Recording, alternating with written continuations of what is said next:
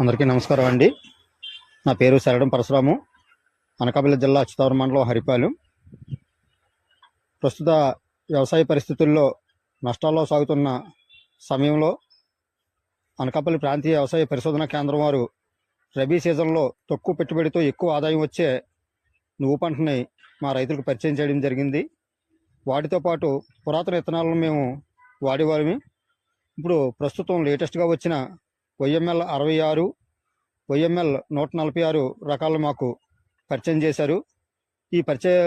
ఈ నూతన విధానాల వల్ల, నూతన విత్తనం వల్ల మాకు ఖర్చు తక్కువ, రాబడి ఎక్కువ సాధించడం జరుగుతుంది. ఇప్పుడు ప్రస్తుతానికైతే YML 66ని మేము ఫస్ట్గా కుక్రాపల్లి ARS నుండి మినీ కిట్ రూపంలో తీసుకొచ్చి దాన్ని డెవలప్ చేసి బీటర్ సీడ్లు కూడా గ్యాదర్ చేసుకొని మేము నువ్వు పంట పండించడం జరుగుతుంది. ఈ పంటలో ప్రధానంగా డిసెంబర్లో వరి కోతలు అయిపోయిన వెంటనే ఒకసారి దుక్కు దున్నడం, దాంట్లో ఎకరాకు 4 ట్రాక్టర్లు పశువుల గెత్తం వేస్తున్నామండి.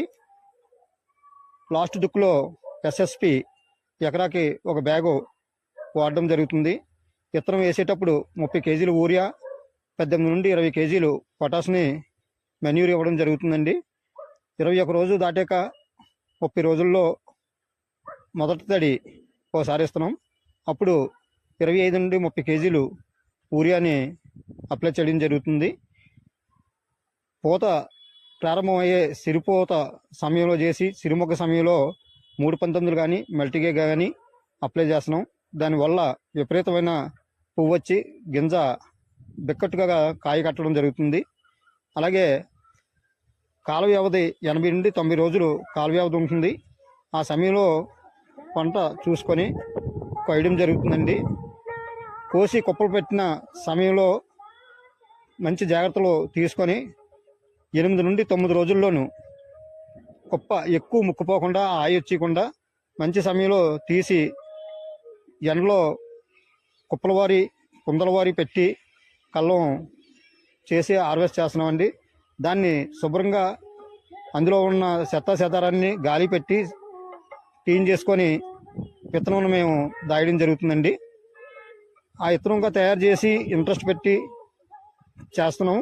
అలాగే మళ్ళీ 3 మంత్స్కి ఒకసారి, 4 మంత్స్కి ఒకసారి కూడా ఎండబెట్టి పురుగు పట్టిందేమో జాగ్రత్తలో చూసుకుంటున్నాము. ఆ చూసుకునే సమయంలో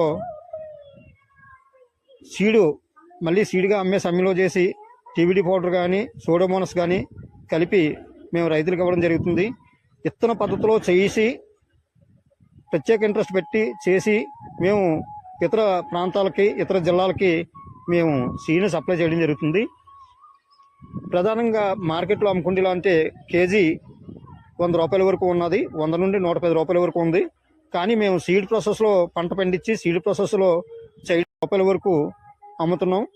ప్రధానంగా అన్ని పంటల కంటే ఎక్కువ ఆదాయం వచ్చేదే నువ్వులు అనుకుంటే విత్తన పద్ధతిలో పండించి విత్తన పద్ధతిలో మేము చేయడం వల్ల మరో 70-80 రూపాయలు మాకు అదనంగా కలిసి వస్తుంది.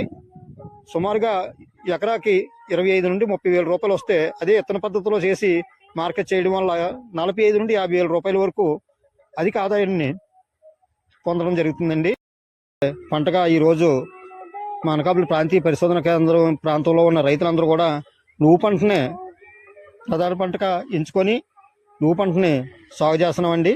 కాబట్టి విత్తన ఎంపికలో కానీ, పంట పండించే సమయంలో జాగ్రత్తలు కానీ, మెన్యూర్ కూడా అన్ని పంటల కంటే అతి తక్కువ మెన్యూర్ తీసుకుంటే పంట ఏదంటే నువ్వు పంటే ఉంది.